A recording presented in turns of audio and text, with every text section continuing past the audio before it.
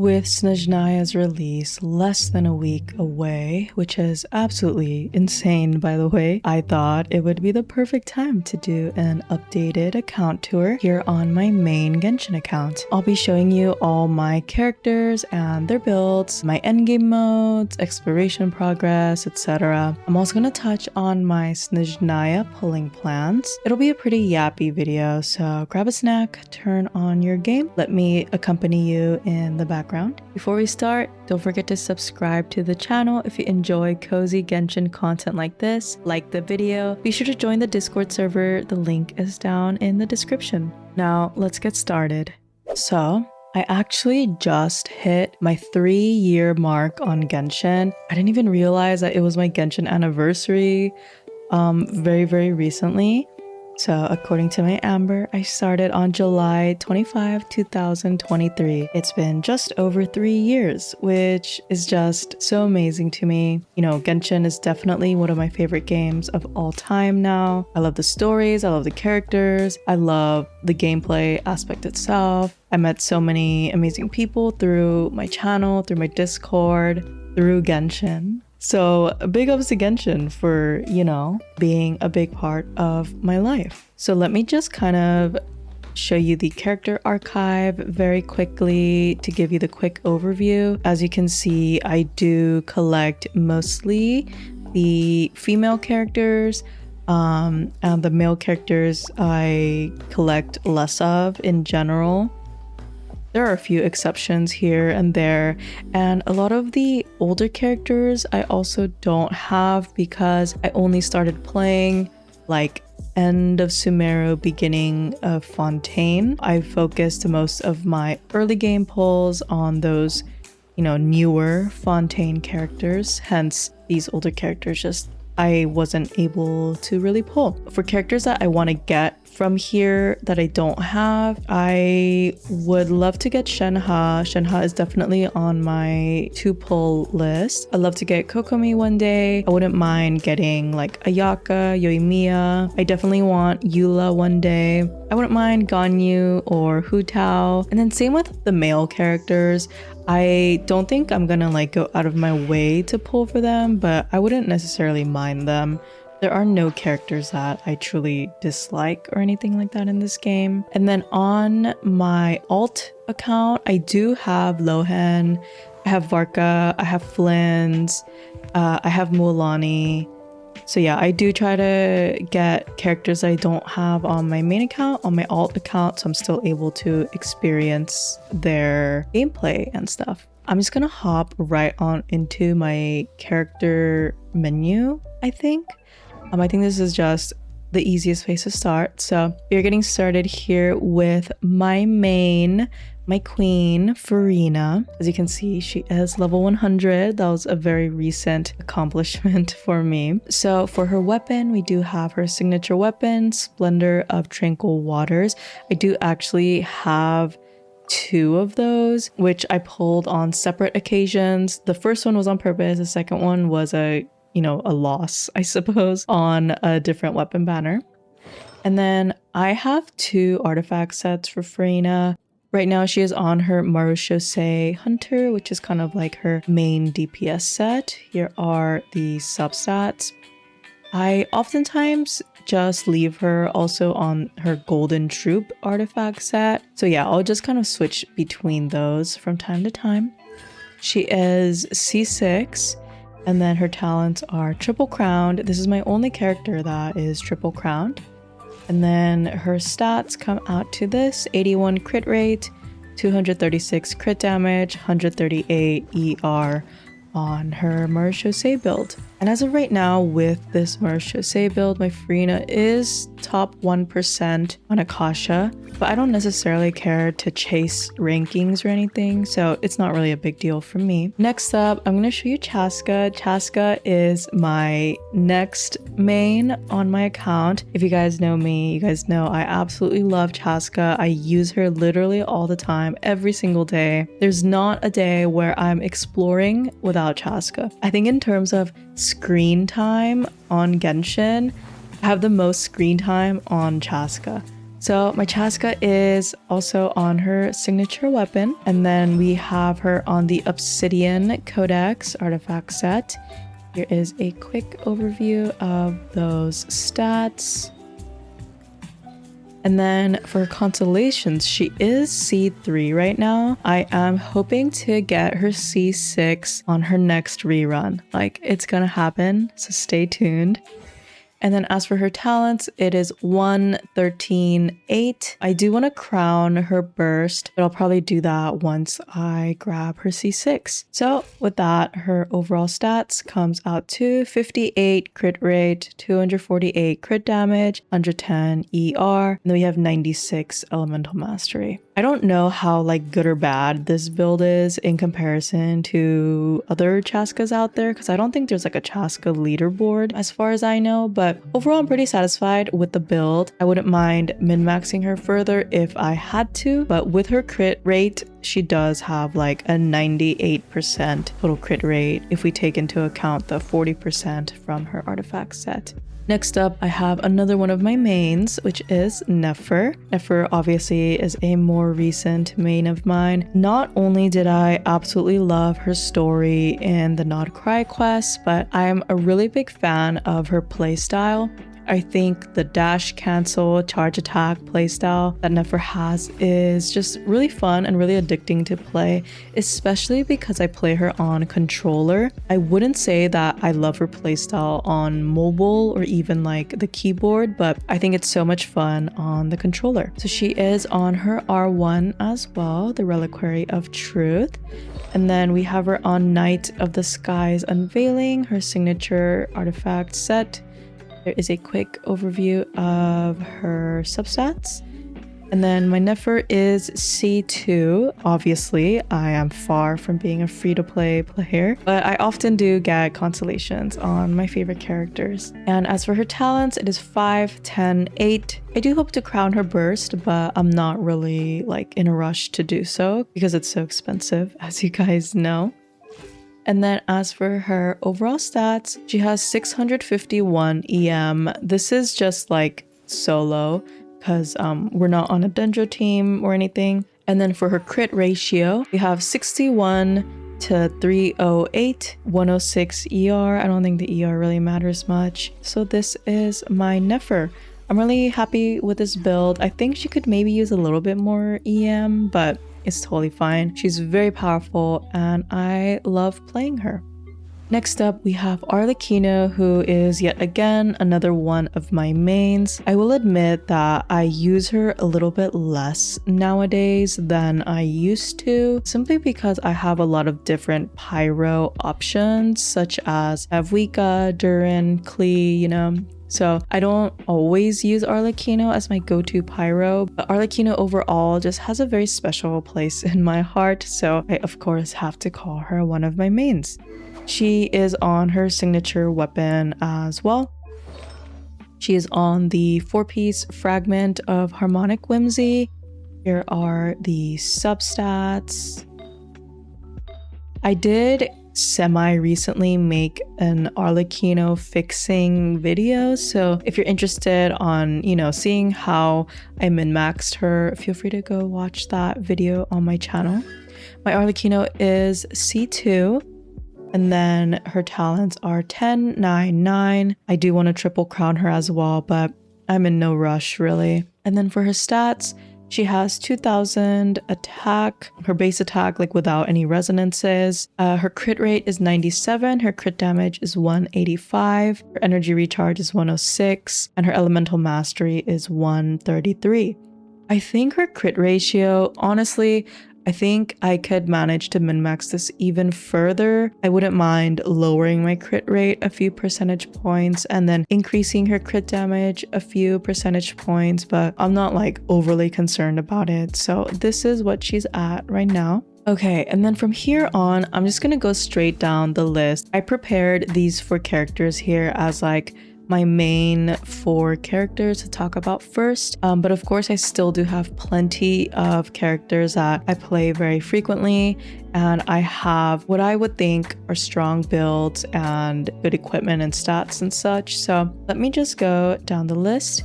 we have Lauma, who is also one of my favorite characters. She is level 90, and then we have her on the Aetherlight Spindle Loot, which was the free event weapon that we got in Nodcry. It is R5. I do want to get her signature weapon one day, but I've been doing pretty good on this event weapon, so I'm not like going crazy over getting the weapon, but I don't know, we'll see. I'm also considering a constellation, but whatever. Anyway, for her artifact set, she is on the Silken Moon's Serenade. Here are the substats. Oh, and then I do have her on a crit damage circlet. I just realized, mainly because I just don't really have another circlet option, to be honest. And also, I don't know, I like using like a crit Lauma on occasion. I think in terms of like a premium Nefertime, I'm probably better off giving her an EM circlet. So this kind of reminded me maybe I should prepare one for her to use when I need to kind of switch things around. And as for her constellations, she is C1. I think Lauma's C1 is so worth it, honestly. It should have been part of her base kit, which is her healing. Her C1 is absolutely amazing, especially on a Nefertime where you might not really have a sustain. And then for her talents, they are 5, 8, 9. I should probably get the burst and the skill higher to further enhance my premium Nefertime. Again, regarding talents, I'm not like in a crazy rush to crown everything. So for her overall stats, she does have 784 EM. She has 47 to 146 crit ratio and 186 ER. Next up, we do have Columbina. She is level 90 and she is also on her R1 level 90 Nocturne's Curtain Call. For her artifact set, she is on the Morningstar and Moon. Here are the substats. My Columbina is C0 and her talents are 199.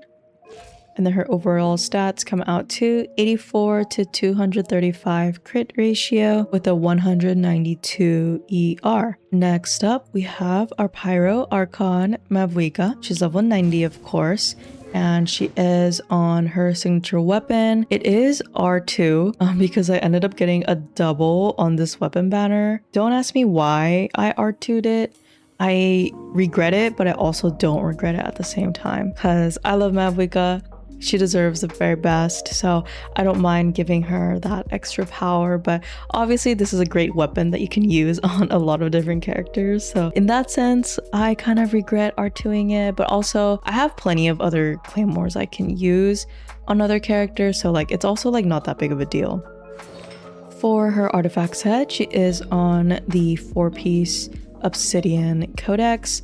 She is on the EM Sands because I like almost always use her on a melt team, although sometimes I might use her on overload, but I don't really care enough to switch out the artifact, honestly.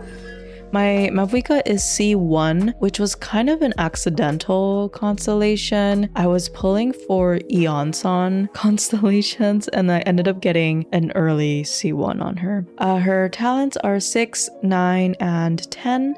And then her overall stats come out to 57 to 217 crit ratio. She does have 100% ER and 296 elemental mastery. I do think that there is room here to min-max her crit ratio a little bit more. I wouldn't mind getting some more crit damage on her, but so far she's been totally fine and I've been able to hit some pretty big numbers, you know, well over 1 million on Mavwika. So yeah, I'm super happy with Mavwika and I do love using her both as a main DPS and a sub DPS as well. Next up, we have Snezhnaya, one of my newer pulls. She is level 90. Her weapon is also level 90, her signature weapon. And then for her artifact set, she is on the Disenchantment in Deep Shadow. I really struggled with this artifact set, honestly. I still feel like I need to farm for it a little bit more, both for maybe Snezhnaya, but also for other Stellar Conduct characters. But anyway, she is C0, her talents are 8, 1, 8, and then her overall stats come out to 61 crit rate, 204 crit damage, 145 ER, and 77 elemental mastery. Next up, we do have Chi-Chi. I don't know why she's so early in the list. It's because she had the training guide thing turned on. So my Chi-Chi is level 80. I'm gonna leave her at 80. I don't think I necessarily need to get her to level 90. As you guys know, Chi-Chi had a lot of amazing buffs given to her, especially with Stellar Conduct. So I'm glad that I could finally build her because she is one of my favorite standard characters after Mizuki. For her weapon, I do have her on an R5 Favonius sword. And then for her artifacts, I have her on the Tenacity of the Millilith support artifact set. Those are her substats.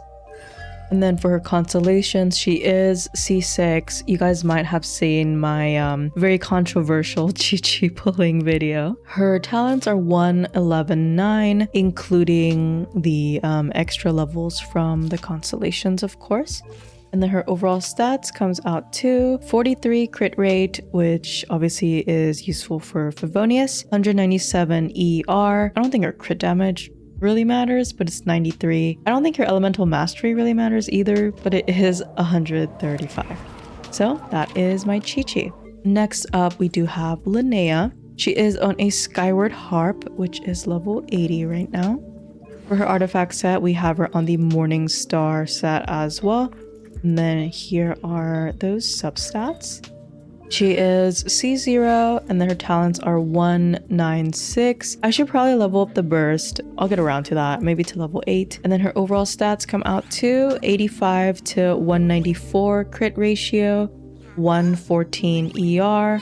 I don't know if EM is necessary for her, but it is 134. Lumi is going crazy in the background right now. Next up, we have Zibai. She is also level 90. Her weapon is her signature weapon, Light-Bearing Moonshard at level 90. Her artifact set is the Night of the Skies Unveiling. Her signature DPS set, of course. Here are those substats. And then she is C0. Her talents are 188. And then her overall stats come out to 64 crit rate, 287 crit damage, 127 ER, 99 EM. I think she could possibly use some min-maxing as well, but overall I'm super happy with Zibai's playstyle and her power. It's awesome to have just like another, really solid Geo team, of course. If you guys saw my Zibai pulling video, my Zibai pulls were really bad, so I have kind of a love-hate relationship with my Zibai because I lost the 50-50 for both her and her weapon, and I went to like max pity for both of them. It was a whole thing, but I still love her regardless. Next, we have yet another Geo Queen, Navia. She is level 90. She is on her signature weapon, Verdict. Her artifact set, right now I have her on a two-piece, Nighttime Whispers and Golden Troop for the attack percentage and the elemental skill damage increase. I do want to eventually put her on her 4-piece signature set. Hopefully I'll be able to do that one day, but I don't really play Navia super frequently nowadays, so again, I'm not really in a rush.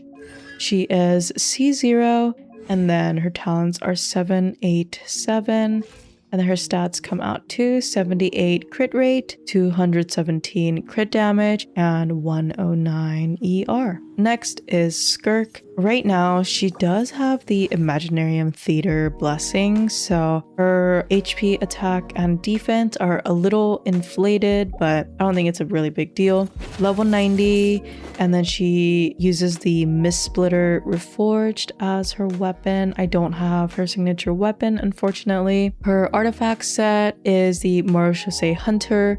I did want to give her like main artifact set, the Finale of the Deep Galleries or whatever it's called, but honestly I'm just kind of lazy to farm for her artifact set all over again, especially when her Marushosei build is already like perfectly fine. Plus I'm always using Skirk with Farina. There is no situation where I'm going to use her without Farina, except maybe in the Imaginarium Theater. I'm like perfectly fine just keeping her on the Marushosei set. She is C0, Her talents are 198, and then her stats come out to 55 crit rate. Of course, she does get extra crit rate from Cryo Resonance and Marusose, of course. So with that in mind, she is overcapping a little bit, I think, but no matter. Her crit damage is 237, 100 ER. So that is my Skirk. And then we have Escoffier, her best partner. She is level 90. She is on her signature weapon. And then her artifact is a 4-piece golden troop. Here are those substats. I think my Escoffier build is like pretty decent, I would say. She is C0. Her talents are 188.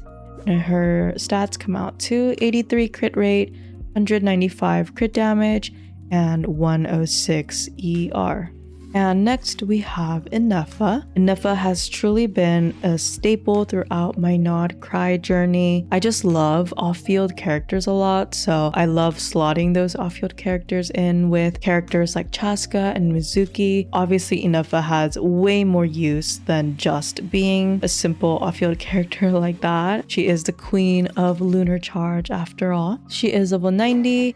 Her weapon is the Ballad of the Fjords, the Battle Pass weapon, which I have at R4. Her artifact set is the Morningstar set, same as Columbina and Linnea. Here are those substats. She is C0, and then her talents are 198, and then her stats come out to 89 crit rate, 184 crit damage, 119 ER, and 162 elemental mastery, and then her attack stat is 2056. Here we have Veressa. I am a big fan of Veressa's plunging attack playstyle. Normally, I don't really care for plunging attack characters, but I always thought that Veressa was quite fun and satisfying to play because her plunging attacks have that like rhythm to it, you know? For her weapon, this is not her weapon. She normally uses the Widsith, but I have a number of other like stat sticks available to her as well. But yeah, normally I do leave her on the R5 level 90 Widsith. Her artifact set is the Long Night's Oath, which is her signature plunging set. Here are those substats. And then she is C0. Her talents are 817, and then her stats come out to 81 crit rate, 211 crit damage, 122 ER. Honestly, I feel like nowadays I haven't been using Veressa that often, but I always do really enjoy playing her when I get the chance to play her. Next up is Clorinde. I absolutely love Clorinde. She is one of my favorite characters from Fontaine, after Farina and Arlecchino, of course. So she is level 90. She is also on her signature weapon, the Absolution, and she's on the Harmonic Whimsy artifact set, which I changed these over to her kind of recently. She was on the Gladiator set for quite a while, I will say. She is C1, but now that Clorinde has been added to the free Constellation event starting in the Snezhnaya patch, I will definitely be picking up her C2. Her talents are 497, and then I realized I should probably level up her burst actually, so I will definitely work on that. And then her stats are 61 crit rate, 236 crit damage, 113 ER, 142 EM. I know that she gets, what, like 20% crit rate, I think, from her passive. I would say that her crit rate could use a little bit extra, but so far she's been very good to me. I love using Clorinde on kind of a Lunar Charge team also, just for fun. Also because I don't have Flynn's, I don't have like a dedicated Lunar Charge team outside of just having Ineffa. So I've often been using Clorinde as my Lunar Charge team when it was required in like Stygian or Spiral Abyss. Here we have Yae Miko. I've always been a huge fan of Miko. I've loved her, you know, ever since Inazuma. Not that I was playing Genshin when Inazuma came out, but basically ever since I like met her in early game. I think her English voice acting is just so fun to listen to. Like I said, I do love an off-field kind of sub DPS character, so Big fan of Miko. Unfortunately, I don't have her signature weapon, so I do use her on the R5 with Sith. For her artifact set, I just recently changed her over to the Disenchantment in Deep Shadow, now that Miko suddenly has become like the queen of stellar conduct, which is so awesome, by the way. I love that I can use her more often now. I've always tried to slot her into my teams when I could. I'm so happy that she has kind of a stronger place in the meta now. She is C1, which I got from the free constellation event. As for her talents, she is 386, and then for her overall stats, it comes out to 63 crit rate, 227 crit damage, 132 ER, 47 EM. Next, we have Miko's wife, Raiden Shogun. Raiden, she was one of my first mains on my account. She truly carried me through so much content. She is one of my favorite characters in terms of design, in terms of story, in terms of like voice acting as well. I love Raiden. I just wish that she would get buffed, honestly. Both her base kit as well as her constellations. I do hope to see that in the near future for our dear Shogun. Raiden is on her R1 signature weapon, Engulfing Lightning. And then she is on the Emblem of Severed Fate artifact set. I have like trauma thinking about this artifact set because I farmed for this set a lot in my early game. Because obviously Raiden needed it. You know, Xingqiu, Xiangling, Yelan, they all needed it. So I was stuck in these mines for what felt like months. And it's not really an easy artifact domain, you know, the enemies in this domain. But I think her overall build is pretty good. So perhaps it was worth it in the end. My Raiden is C2, which I got fairly early on. I think I got it on like the first rerun after I initially got her. So yeah, Raiden was my first character where I got constellations. I was so happy. As for her talents, they are 4, 8, 10. I would love to level up her skill as well. And then her stats come out to 69.9 crit rate, 157 crit damage, 265 ER. I would say that she has a very strong build overall. She is top 10% on Akasha, but she's been holding on to that top 10% for like over a year. So I know it's gonna drop sooner or later. And I know I said that I don't really care about rankings, which honestly I don't, but it still makes me happy to see that my Raiden, who I worked really hard on farming artifacts for, is in the top 10%. So there is my Raiden Shogun. Next up, we have our queen, Emily. She is level 90. She is on her signature weapon. Her artifact set is the 4-piece Unfinished Reverie, her signature burning artifact set. So here are those substats. She is C0, but I am highly considering picking up her C1 from the free constellation event. And then her talents are 1, 8, 8. And then her overall stats come out to 73 crit rate, 226 crit damage, 136 ER. And then she has 2100 attack. And then we also have Nahida, our Dendro Archon. She is level 90. She is on her signature weapon, level 90. And then for her artifact set, she is on the Deepwood Memories set.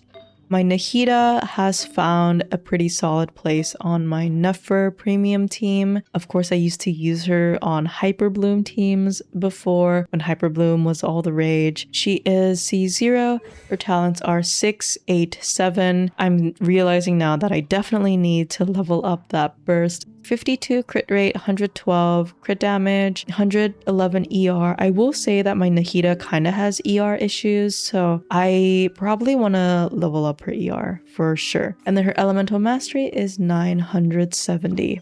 Next up, we have Yelan. She is level 90. She is on her signature weapon, her signature bow. She is using the Emblem of Severed Fate artifact set. Here are her stats. And then she is C0. I really want to get her C1. I don't know why they're not adding her to the free consolation event, because I would have picked up that C1 real quick. Her talents are 189 and her stats come out to 62 crit rate, 215 crit damage, 210 ER, and her HP is 27,900. Oh, but she does have the Imaginarium Theater blessing right now, so her HP is a little bit inflated. Next, we have Nicole. She is level 90. Her weapon is her signature weapon. And then we have her on the Celestial Gift artifact set. Here are her substats. Of course, I did focus on attack and ER for the most part. She is C0. Her talents are 196. And then her stats come out to 18 crit rate. Doesn't really matter. 64 crit damage. Doesn't matter. 167 ER. And then her attack is 3,900 when she's single pyro, but when she is on a double pyro team, it does surpass 4,000. Here we have Klee, our dear Klee. She is level 90. Of course, I do have her skin as well, and I put the weapon skin on too because they're like kind of matching. For her weapon, I will either use her on my extra Nocturne's curtain call because I have two. I ended up getting a double on this weapon banner, I believe. Otherwise, I might use her on Nefer's signature weapon, or I could also use her on the Wit Sith. So I do kind of rotate those depending on what my other characters are holding, especially in the Imaginarium Theater.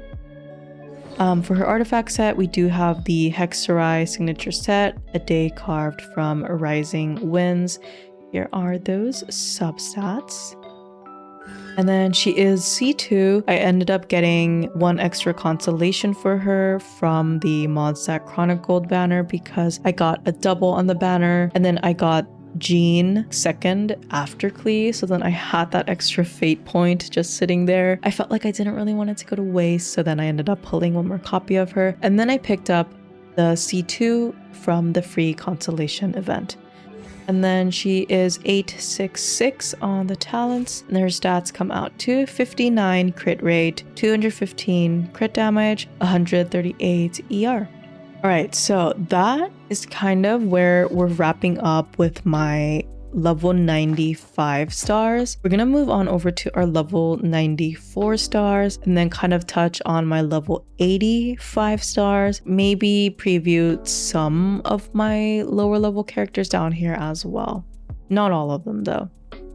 So here we have Chongyun. He is one of my OG mains. He was actually my first favorite character, I think, in Genshin, which I know, so surprising. It was a dude, but I love my Chongyun. And he is level 90. For his weapon, I have him on Verdict, which is Navia's signature weapon, because I do have two copies of that. I think the Verdict looks absolutely amazing on Chongyun. Like, I think it matches him so well. So I love that I got that extra copy of this so that my Chongyun can hold it. For his artifact set, he is on Marche because initially I was testing him on a freeze team with Farina and Escoffier and stuff, but I think just like practically, it's not really the best artifact set to have him on, especially because I don't really use him too much outside of like Imaginarium Theater nowadays. So I will probably one day want to switch him over to a more supportive set like Noblesse, but I'm just kind of lazy, so whatever, it's fine.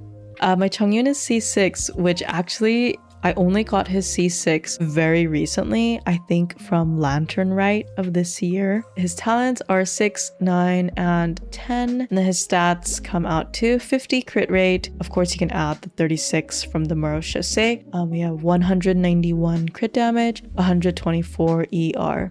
So yeah, not like an insane build by any means. I just gave him something to definitely be usable. And also, I might have switched around some of his artifacts to some of my 5-star characters who use Marche.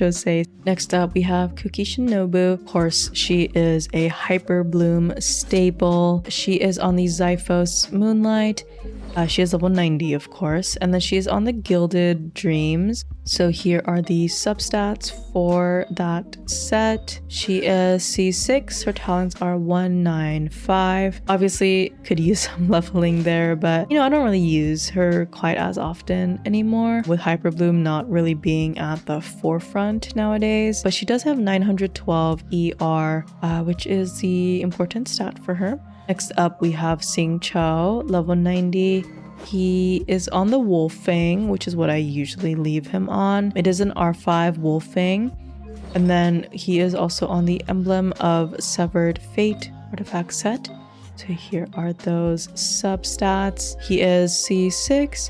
His talents are 1, 9, 11. And then his stats come out to 76 crit rate, 105 crit damage, 175 ER. So, not like the most incredible build by any means, but I don't really use him quite as much anymore, especially because I have Yelan instead, as well as other Hydra characters like Farina. But of course, I did use him quite a bit in my earlier days, especially on Hyperbloom teams. Next up, we have Bennett. He is level 90. He is on a level 80 Aquila Favonia, which I know is frowned upon. So I do want to level up his weapon to level 90 to get that extra base attack, of course. He is on a 4-piece Noblesse. So here's a quick overview of that. And then he is C6. His talents are 1, 7, 12. And then his stats come out to 54 crit rate, 146 crit damage, 200 ER. Next up, we do have Xiangling, our Queen Xiangling. I have not used her in a while, to be quite honest. She is on R5, the catch. Everyone knows the pain that we all went through to fish for this weapon. She is also on the Emblem of Severed Fate. So here are those stats. She is C6. Her talents are 1, 9, 10. And then her stats come out to 52 crit rate, 130 crit damage, 202 ER, 236 EM. Alright, now getting back into my 5-star characters who are under level 90. We have Citlali, who for some reason I left her at level 85, but whatever, it doesn't really bother me. We do have her on her brand new skin, which is just absolutely adorable. She is on her signature weapon, Starcaller's Watch, which is only level 81. I think I ended up not leveling it just to save some resources back in the day, and then it just kind of sat there. She is on the Cinder City artifact set, so here are the stats for that. Of course, we do have an EM focus on Citlali. Her constellation is C0. She is 188, and then her stats come out to 1066 EM, 12 to 84 crit ratio, and 175 ER. We also have Xilonen. She is level 80, even though she is ascended to level 90. Xilonen is probably my favorite character from Natlan, other than Chaska. I think Xilonen is my actual favorite Natlan character, especially in terms of design. I love her design. I love her character and her personality. I love her voice and her voice acting. She is on the R5 Favonius sword, which I always use her on. Unfortunately, I don't have her signature weapon. She's on the Cinder City artifact set as well. I know that with Citlali and Xilonen sometimes being on the same team, especially on a Mavwika team, they shouldn't both be on the Cinder City set, but honestly, I am too lazy, so I just keep them both on the set. It's not really a big deal to me. I have C1 Xilonen, which also was an accidental constellation. Again, I was pulling for Eon-san constellations, and I ended up getting yet another constellation here for Xilonen. Her talents are 1, 10, 8, and then her overall stats comes out to 50 crit rate, 102 crit damage, 199 ER, and her defense is 1858. Next up, we have Chiori. She is level 80. As for her weapon, I usually use Cloran's weapon on her, so let me just give her that. Yes, I do share Cloran's weapon with Chiori just as a stat stick, basically. For her artifact set, she is on the 4-piece Golden Troop. Here are those stats. My Chiori is C1. I don't know if maybe I'll get her C2 from the constellation event or not. I'm thinking maybe not, to be honest. But yeah, she is C1, which is not quite as useful of a constellation these days, especially with lunar crystallized kind of taking care of that geoconstruct problem. So that's kind of a shame because I was really happy getting her C1, but it's okay. Her talents are 186 and her stats come out to 78 crit rate, 198 crit damage. She has 100 ER and her attack is 1400. Her defense is 2100. Hopefully that's a good enough build there. I'm gonna skip my Traveler because I don't really have a great build on him. He's not really built. I just kind of put something random. But anyway, next up we have our Mizuki. She is level 80, but I'm hoping to level her up to level 90 sooner or later. She is on the 1000 floating dreams because I have an extra copy of this. This one is level 80. You know what? During the Light Race Chronicled banner where Mizuki and her signature weapon reran, I really wanted to get her signature weapon because I've been waiting for so long. Regretted so bad not getting her signature weapon back then because Mizuki just kind of turned out to become one of my favorite characters to play. So I was waiting for that signature weapon rerun, but because I decided to do my Chi pulls instead, I decided to skip. And anyway, I do have this Nahida weapon, which is like a perfectly good weapon for her. So again, I didn't really want, my money or my resources to go to waste in a way. So unfortunately, no signature weapon for my Mizuki. She is on the 4-piece Viridescent Veneer, of course. Here are the substats for her. And then my Mizuki is C4. Hopefully I can get her C6 one day. I definitely would not mind. Her talents are 111.6. And then her stats come out to 1011 EM, 11 to 50 crit ratio, 149 ER. And then we have Shanyun, our bird mom. She is level 80. This is not her weapon. I normally use her on the Fav Codex. I have one Fav Codex to go around like a bunch of different characters, honestly. I should probably level up another one because I do have extras. Anyway, she's on a level 80 Fav Codex. She is on the 4-piece Viridescent Veneer. So here are those stats. Obviously, these aren't, like this one isn't even leveled all the way, which I don't know why. But anyway, oh yeah, neither is this one. I might have switched some artifacts around maybe. She is C0. I really wouldn't mind getting her C1, honestly, because she does get an extra charge of her skill. And I got Shanyun like fairly early on in my Genshin journey. So she was the exploration character on my account for the longest time. I think back in the day, if I had the C1, like that would have been so amazing. But I don't really use her anymore for exploration or for a lot of teams really. So yeah, I'm not sure. Her talents are only 1, 5, and 6. Again, it kind of shows like how early in the game I was when I pulled her. And then her stats come out to 234 ER. Her crit ratio, which is not really important, is 32 to 88. So yeah, there is my Shanyun. Next up, we have Kazuha, who I don't really use, honestly, outside of the Imaginarium Theater. Even there, I don't really use him that much, I feel like. For his weapon, I do share the Zyphos' Moonlight with Kuki Shinobu. So there is his weapon. Dang, has he always looked this angry? I've never noticed that. For his artifact set, he is on the Viridescent Veneer. Again, it's not really like maxed out, his artifact set, because I just don't really use him a lot. I think I got Kazuha a little too late into the Kazuha meta, so I just never really had like a solid place for him. He is C0, by the way.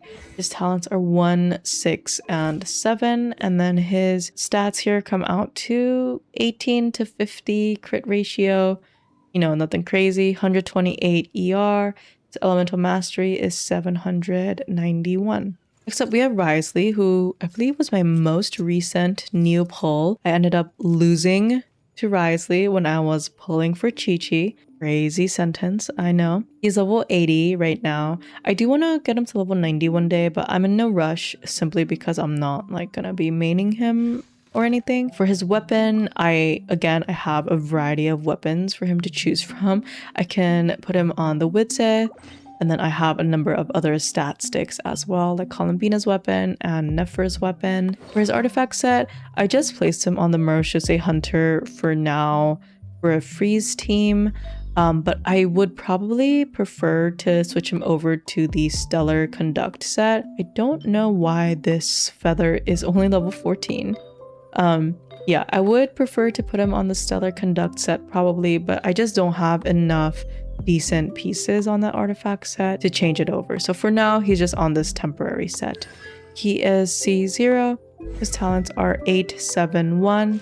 And then his stats come out to 55 crit rate plus the 36 Marechaussee. We got 248 crit damage, 100 ER. Here we have Sejuine, our cute little baby. She is level 80. She is on a R5 level 80 Favonius Warbow. She is on a two-piece HP artifact set. Here are the substats for this. Of course, I did focus on HP for sure. She is C0. Her talents are 1, 8, 6. And then for her stats, she has 44,000 HP as a single Hydro. And then her stats are 45 to 57 crit ratio. Obviously, the crit rate is nice for Favonius. She has 199 ER. And yep, that is my Sejuine. Next up, we have Nilou.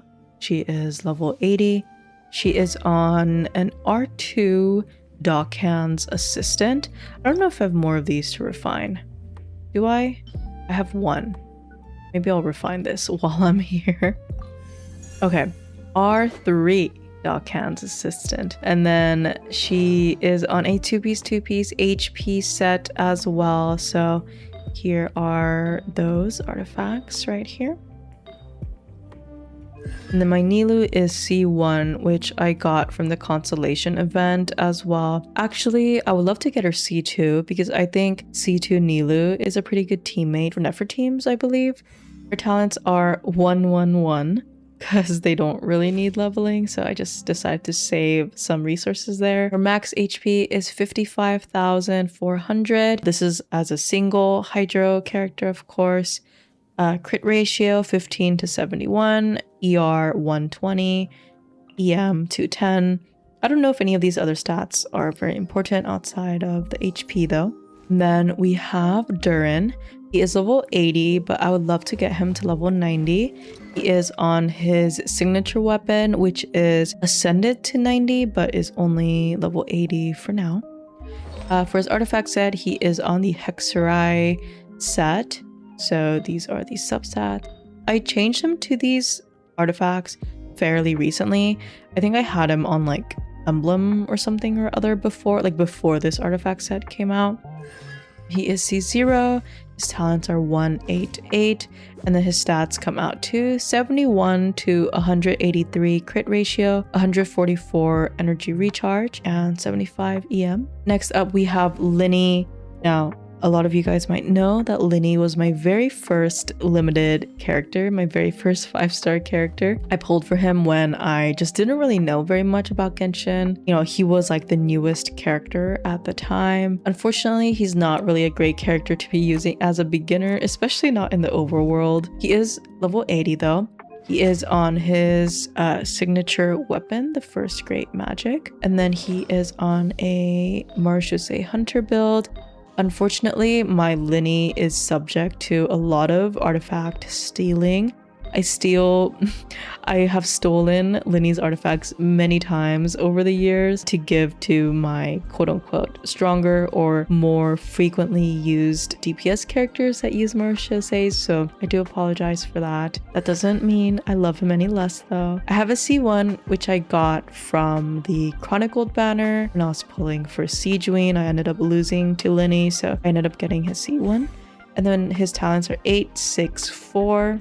And his stats come out to 52 crit rate plus the 36 from Marechaussee, 231 crit damage, 138 ER. So overall, I think his build is like pretty decent, you know, for someone who I claim doesn't really have a great build. Next, we have Itlua, who of course is a staple on my Zibai and Linnea team. He is level 80. His weapon is the Favonius Lance, which I realize is only level 60. Oh, it's because I have two. I have a level 80 Favonius Lance and a level 60, so I should probably level that up, honestly. His artifact set is the Silken Moon's Serenade. The substats are like so.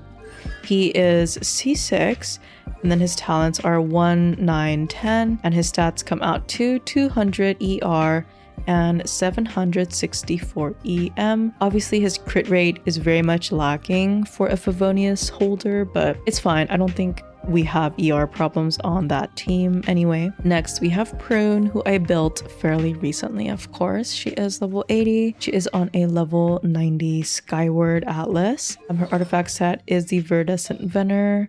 I decided to put her on Viridescent instead of like Celestial Gift, which I think is another option for her, question mark, because my Nicole is already on Celestial Gift, and you know, I might be using them together. So I just gave her Viridescent. I'm not sure what the right call is or not. She is C2. Hopefully, of course, I can get more constellations for her eventually. Her talents are only 116. So yeah, I mean, I just don't really have a huge reason to be using Prune on my account because I don't have a Hexerite DPS character like Lohen or Varka. So I didn't really care to like really max her out too much. Her attack comes out to 2864. And then her ER is 199. Okay, we are now getting to the characters in my list who are kind of less built. So I'm gonna kind of start skipping around a little. Like my Yehuda, I wouldn't really call her like very well built. Same with my Lynette and my Femine and stuff. So I'm gonna switch over to Charlotte. Charlotte is level 80.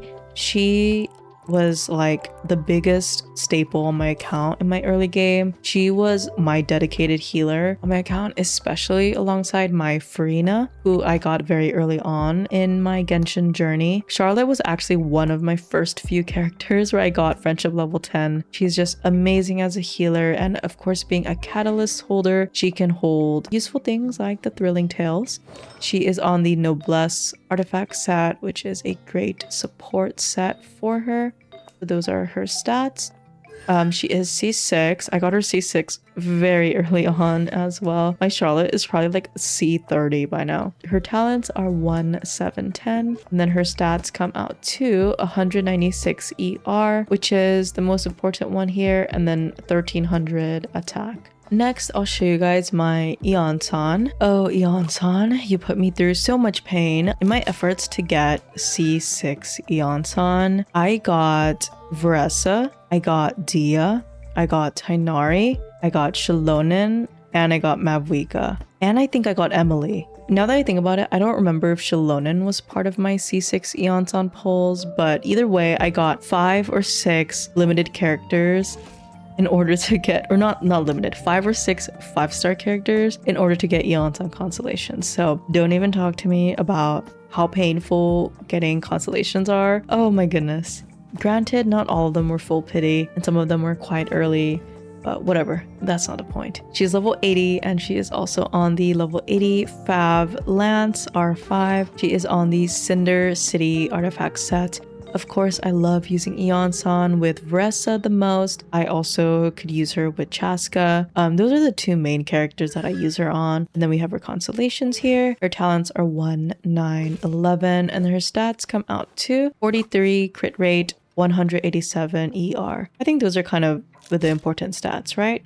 She has 2300 attack. Next up we have Auroron, who I don't really have built. Not really. Let me see. He is on this weapon. I will probably switch him over to like Skyward Harp or something if I were to be using him for some large purpose like Spiral or Imaginarium or something. His substats, or sorry, his artifact set is the Cinder City. And of course, here are the substats. And then he is C6, his talents are 199, and then his stats come out to 79 crit rate, 141 crit damage, 184 ER. So yeah, I guess his build is like pretty decent not too bad. I'm gonna switch him back over so that Linnea has the right weapon here. Next up, we have Fischl. She is level 80. Her weapon is the Daybreak Chronicles, which is Venti's new signature weapon, which I got while pulling for Durin's signature weapon. For her artifact set, she is on the 4-piece Golden Troop. So here are those stats. I realize that some of these aren't leveled, which don't ask me why. I don't really remember. I don't use Fischl like super duper frequently anyway. She is C6, which took me a really long time to get. Actually, I only got this quite recently. Fischl was actually one of the last 4-star characters that I got on my account, which is pretty crazy considering she's like 1.0 character, you know. Let me check my character archive actually in just a second. But her talents are 1, 10, 9.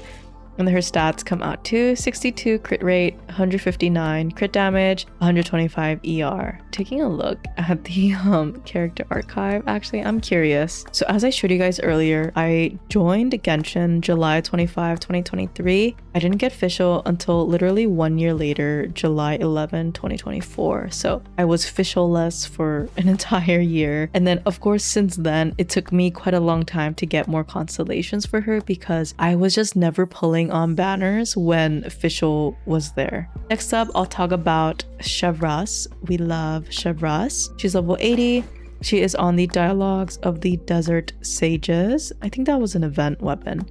And then she is on Song of Days Past as her artifact set. I don't know if this is her best artifact set or not, or if it's like Noblesse or something. I'm not quite sure. Let me know if this is something that I need to change or something. But either way, this is the set that she's been on since forever. And then her constellation is C6. I got her C6 literally when she released because that was when I was pulling for C2 Raiden, I believe. I had a C6 Chevras like from the start, which is kind of interesting, I guess, because I know that a lot of people struggle to get her constellations. Her talents are 1, 10, 4. And then her stats come out to 144 ER. What does she even need for her stats? She has, you know, negligible crit ratio. Oh, she's HP, right? I forgot. She has 39,000 HP. So that is my Chevras build. I would say that that is kind of it for my main builds. These characters aren't really built as well. Maybe my Dory. Maybe I'll mention Dory. She's only level 70 because I only really built her for Imaginarium Theater. She is on the Flame Forged Insight, level 70, I guess. I could also use her on like Sacrificial, or I could use her on Fav Greatsword. The reason why I have her on this one, the EM weapon, is because I have her on Flower of Paradise Lost. I'm not necessarily trying to use Dory as a Hyperbloom character, but I was trying to build a Hyperbloom Raiden artifact set, which is why I was preparing these artifacts. I ended up just not really switching my Raiden over to Hyperbloom. So then I just had Dory hold on to this set. Dory is C6. Her talents are 148. Again, I didn't, really level her much, but she does have 731 EM and 154 ER. So I don't know. I feel like Dory is kind of underrated sometimes. I guess I can talk about Aino. She is level 70 out of 80. And then she is not on this weapon. I will probably put her on the Flame Forged Insight or like Fav Greatsword, one or the other. I'll just give her the Fav for now. She's on Silken Moon Serenade. Again, it's a pretty lazy build for her. These are her artifacts. Clearly, I didn't really put too much effort into it. I have a 4-star circlet on her because I do not have a lot of EM options for Aino, or for this set, actually, for the circlet. She is C6, and then her talents are not very leveled, or not leveled at all, actually. They're 111. And then her stats come out to 211 ER, 40% crit rate for the Fav Greatsword, 547 Elemental Mastery. She's just kind of a Hydro applicator, so I didn't really bother to build her super well. Yeah, I think that is pretty much it for my character build. I do have other characters at level 70 and 80, but I didn't really think that their builds are necessarily worth showing So that is my character menu. Man, that was a lot to talk about. I hope that most of my builds are good enough. If you guys have any comments about things that you would probably change or anything, whether it's stats or artifact sets or weapons or anything, like, do let me know. I'm always open to constructive criticism. And even though I do love character building and giving everyone the right items, I'm also not like such a stickler for min-maxing. I don't really mind if I don't have the perfect build or anything, but I will always try my best to get as close as I can. So now that all of that yapping is complete, let's get on to some other aspects of my account. I'm gonna just show you guys my party setup, my teams here. I was just using this team right now as like my main characters team. Yeah, so that's that. For my very first team, I have my Europeans team, which I've had this as my #1 team for like the longest time ever. This is the poster of my account. It's kind of how I think of it. So we have the Europeans team. Next up, I have my friendship team, which of course I am switching out depending on what characters need friendship points when I'm claiming my daily commissions from Catherine. We have my exploration team. Chaska is always there in the 4th slot. Chaska is a staple on all my exploration teams. Shilonen as well is like my next staple. She may or may not be there depending on how much like mountain climbing I have to do. And then the first 2 characters I will switch around to off-field DPS characters, any other exploration, Natline characters, whatever. Or maybe like a regional specialty indicating character, something like that. Next, we have a Mavwika team. So we just have a classic Mavwika melt team here with Shilonen, Bennett, and Lolly. I might switch out Mavwika here for Arlecchino as well. Here we do have a Hyperbloom team. Obviously, I don't use Hyperbloom quite as much anymore, but I just kept the team here for the memories, you know. It'd be awesome if we could see a new upgrade to Hyperbloom though. And then here I have a Crystal Fly team, which I also don't really use anymore since the Crystal Fly trap is just always running. Again, I decided to keep this team here just for the memories for when I did have to go and farm Crystal Flies over in Dawn Winery. And then we have a Skirk Freeze team. I usually use Yalan actually on like my premium Skirk team, but Charlotte is also another option there. And then we have my Laufer team, which is my Nefer premium team with Columbina, Nahida, Lauma, and Nefer. We have my Zibai team, pretty straightforward. My team name is named like so because of my love-hate relationship with Zibai because of how her polls went. So this is a Zibai team. We love her regardless. And then we have one of my favorite kind of uncommon, unique teams that I like to use these days, which is my Chaska Hexerai Burn team with Emily, Durin, and Nicole. Obviously, Durin and Nicole are activating that Hexerai bonus. Nicole has the Celestial Gift artifact set. Emily is on her Burning set. And because my Chaska has C1, her C1 reduces the need to have 3 different Petch elemental characters on her team. I think this team is just super fun to use, even if it's far from being like the best Chaska team. I love experimenting with Chaska teams and just using a bunch of different characters and team comps with her, especially with her C1. You know, you have that elemental requirement reduced, which kind of opens up a lot of new team options for her. And then my last 2 team slots here are just my domain team. So I just kind of switch this around based on whatever I might be doing at any given moment. Like maybe I'm just running through some domains and I want some characters to get friendship points. Yeah, these last 2 slots are just kind of interchangeable teams. Next up, let me show you guys my endgame modes. Let's open up the Spiral Abyss. All right, challenge summary. So my first abyss, wait, does this disappear? I'm confused. Does the challenge summary go away? There's no way that this is my first one with the 33 stars. I'm not sure, but this is the oldest one here in my challenge summary. My very first 36 star clear was August 2024, which is just over a year, just about a year after I started Genshin. So yeah, that was pretty exciting. But ever since then, I've been able to get 36 stars on everything except for this one. I think I just kind of struggled a bit here, and then I just didn't really care to keep trying to get the 36 star. Not only do I have a lot of characters, I have quite a bit of constellations, I have, you know, a lot of signature weapons and stuff, so Spiral Abyss is not really a huge challenge for me nowadays, but I do still enjoy playing it. Let me also show you guys my Stygian Onslaught. So I have been able to clear the Fearless mode every single time. Here's just a quick click through of those.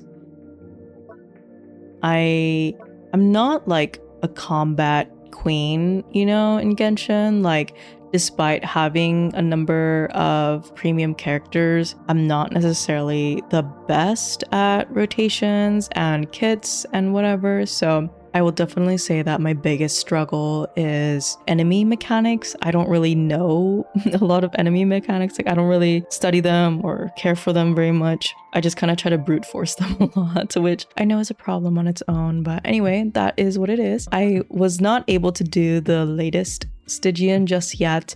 I'm definitely going to try to clear the Fearless mode. I've just been kind of lazy with it, so I'll do that soon before it expires. Next up, let me show you my Imaginarium Theater clears as well. Past performances. Ever since the lunar mode started, I was able to get all of the lunar modes here. So there's just a click through of that. Yeah, so I did all the lunar modes. And then before that, I was doing the visionary mode for the most part. I guess here I might have not had enough characters, clearly, given that it was like a geo one. And then yeah, visionary and hard mode is kind of what I always did. And then we have a normal mode way back when in August 2024 as well. Okay, and then let me show you guys quickly my profile. So here is my character showcase on my profile. Here is my name card showcase. I tried to go for kind of like a rainbow situation, if you couldn't tell.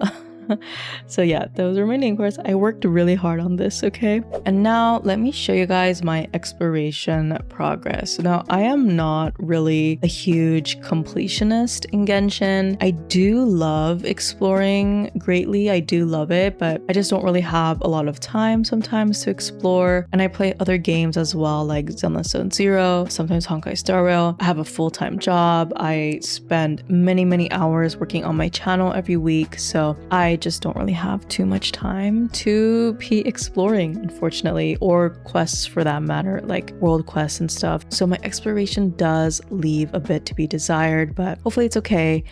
Here's my Mondstadt. I have 100% in 3 areas. Starfall Valley is only 94, and then the new Windrest Peak area, clearly I have not really stepped foot in there because it's only 37. My Dragon Spine is 71%.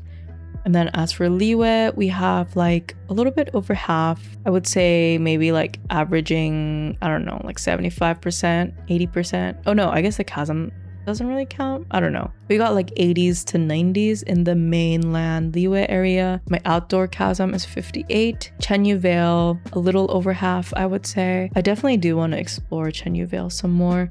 I find Chenyu Vale exploration kind of difficult, honestly. I think the puzzles are kind of hard. Here's my Sumeru, also a bit underexplored. I'm missing quite a bit of world quests in Sumeru, unfortunately, especially in the Sumeru desert. I only just recently was like going through the Golden Slumber quest, so yeah, I still have quite a bit to explore and unlock in the Sumeru area. I do want to say that I am not like a Sumeru desert hater or anything like that. I just didn't have time to go through it is all. And then as for Fontaine, I would say it's highly explored but not complete. My Notstoy region here, the little area, is 100% though.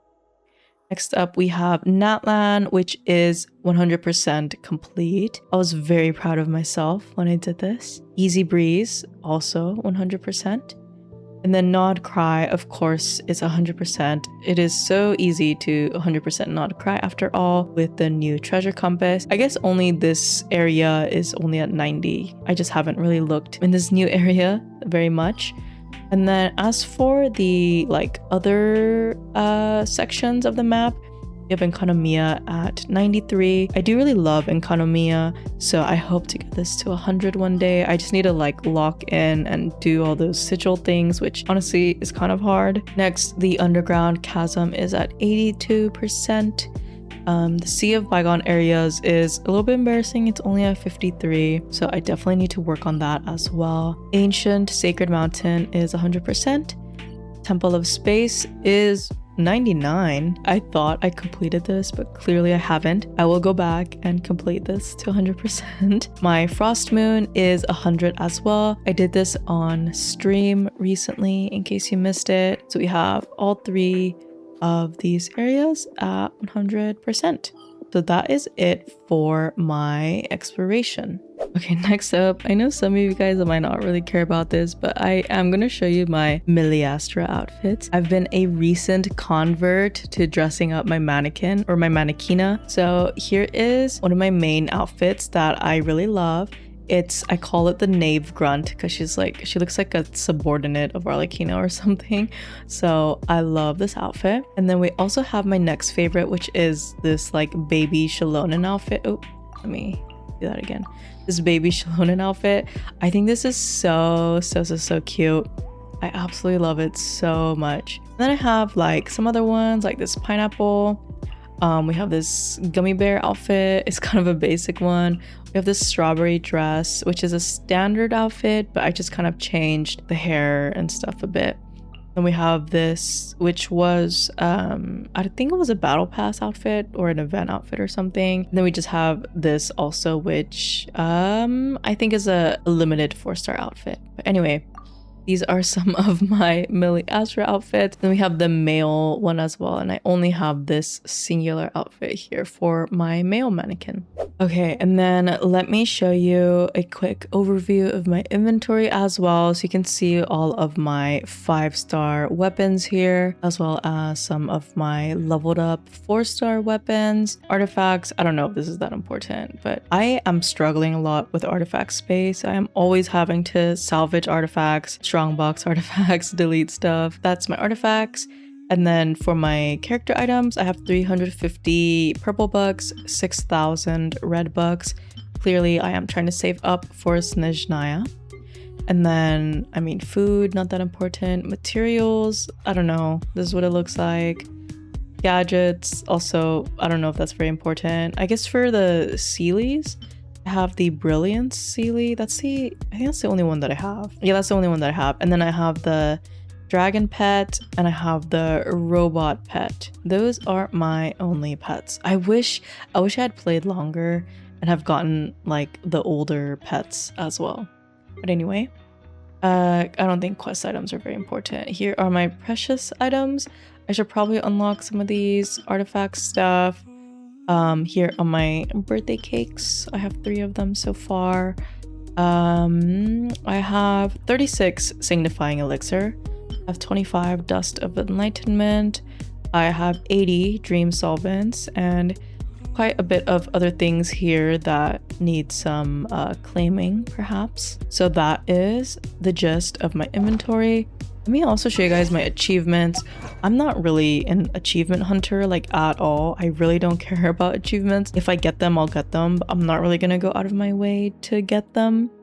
I think I did kind of do the co-op ones though with my partner. So yeah, those are the only ones that like I actually tried to do, I would say. And then yeah, that is the status of my achievements. While I'm here, why don't I go to the crit damage one? Okay, here, Purveyor of Punishment. I have 2,133,635 as my highest damage. I'm assuming it was Mavwika that did this. Maybe in Imaginarium, maybe in an event or something. I don't know, but it was most likely Mavwika. Now that my account tour is complete, I do want to talk quickly about my pulling plans for Snezhnaya. As I'm sure all of you guys are, I am super excited for Snezhnaya and for what's to come, both in the story and the lore, the exploration. Hopefully, we have some new quality of life updates, better resin related things like reserved resin, faster resin refresh, stuff like that. I really hope that they open up the domains that are locked to specific days. I'm not really like anticipating it super hard or anything, but I do hope for that kind of QOL. Same with, you know, the classics like artifact loadouts, skipping the story, whatever. I'm not a story skipper myself, but I wouldn't mind skipping it on my alt account, and I'm sure that, you know, plenty of people. So if they don't want to care to sit through like hours and hours of story, I don't blame them if they don't care about it. That is what I want the most from Snezhnaya. Of course, I do wish that our exploration continues to be fun and rewarding. I hope that our rewards continue to be rewarding, especially in the anniversary patch. As for the characters, I would say that the Tsaritsa is my #1 most anticipated character. I think her design is just so beautiful. I love how cold and chilling her face looks, her face and her eye color, her eyelashes, her hair. I just love it so much. So #1 is Tsaritsa. For the rest of the characters, I mean, I wouldn't really say I have like an ultimate favorite outside of the Tsaritsa. So on this main account, you know, as you guys might have expected, I will definitely be pulling for all of the ladies for sure. So Odette, Vojanitsa, Vesna, and Tanitsa as well. Hopefully I pronounce all of those right. Apologize if any of those were not pronounced correctly. And then for the male characters, I would say that Mitya is the male character that I'm most interested in for my main account. And then for the other male characters like Valeri and Noi, I will try my best to pull for them on my alt account, where I do try to get the male characters more frequently. That is kind of my general wish list for Snezhnaya. Of course, we'll see other new characters that are like not Snezhnayan, as well as maybe like other unannounced Snezhnayan characters, like new 4-stars or something. So we'll see what that's like. Like I did mention before, my main pulling plan out of all these other characters is Chaska, my Chaska constellations to get C6. So definitely look forward to that soon. I probably want to get Shenhe. I might want to get Eula. I might want to get Kokomi. So we'll see how that goes in the future. And just as some closing thoughts, like I mentioned, Genshin is most certainly one of my favorite games of all time. I've spent thousands of hours in this game. I've poured so much energy and so much time into this game. I know so much about the game. It's like genuinely like a hyperfixation of mine, you know, as I'm sure it is for many of you hardcore Genshin impactors as well. So with that being said, with how much loyalty in a sense or love that a lot of us players have for Genshin, I do hope that Hoyo and the Genshin dev team, I hope that they are able to see how much the players genuinely love this game and how much the players deserve more in this game for all the heart and soul and money that we are pouring into the game. I do wish that the devs would be so kind as to reward us back for our loyalty. I do wish that the devs are loyal to us as well by offering us, you know, more free-to-play Primo Gems, more events, more rewards, better quality of life. We've been asking for the same QOL features since the beginning of time, you know, like artifact loadouts and reserved resin and stuff like that. So that is my one true wish for Snezhnaya.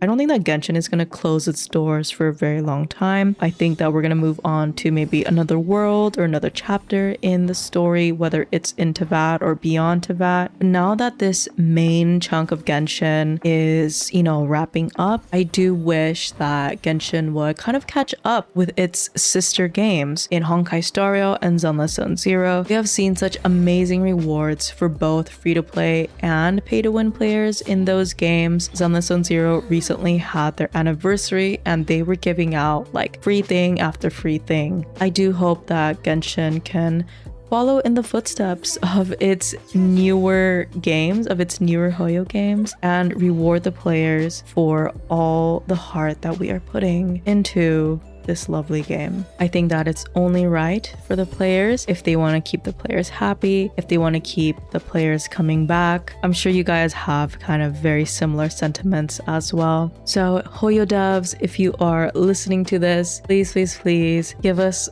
more rewards, give us more QOL. We love your game and we want to continue to love it and continue to have a great time playing it. So with that, my account tour comes to a close yet again. It's so crazy that I've been playing this game for over 3 years, almost every single day. I will put up some of my Hoyo Lab stats here on the screen. I even forgot to mention that I'm like AERO 60. I don't think I said AERO 60 at all in the duration of this video until now. But anyway, I do want to say, because of Genshin, because of this game, I was able to create this YouTube channel and kind of practice and hone my creativity in content creation. And also, this is something that maybe you might not really think about, but this has helped me a lot in my public speaking skills. I don't think I'm the best public speaker by any means. I'm like the least talkative person I know. So it's kind of crazy that in my videos and my streams, I'm able to talk for like hours at a time, because I swear I can go like an entire week speaking a couple words at most, right? So this YouTube channel, thanks to Genshin, thanks to a lot of these other games that I play, has definitely changed me a lot as a person. And of course, through Genshin and through my channel, I've been able to meet all of you amazing people, my viewers and my subscribers, my channel members, my Discord members, my Twitch followers, Twitch subscribers, the list goes on.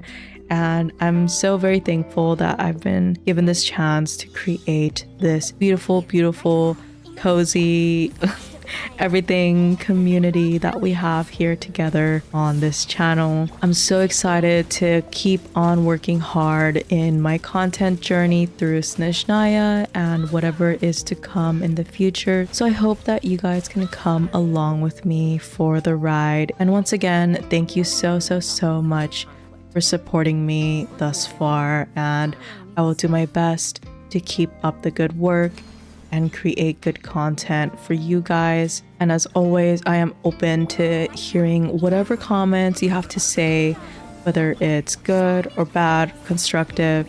You know, I'm here to make my channel a cozy place for you guys and to give you guys content that you guys want to watch. This video came out to be much longer than I had expected, honestly. I was doing quite a lot of yapping, especially during the character build and this ending part right here. But with that, I will just say thank you once again.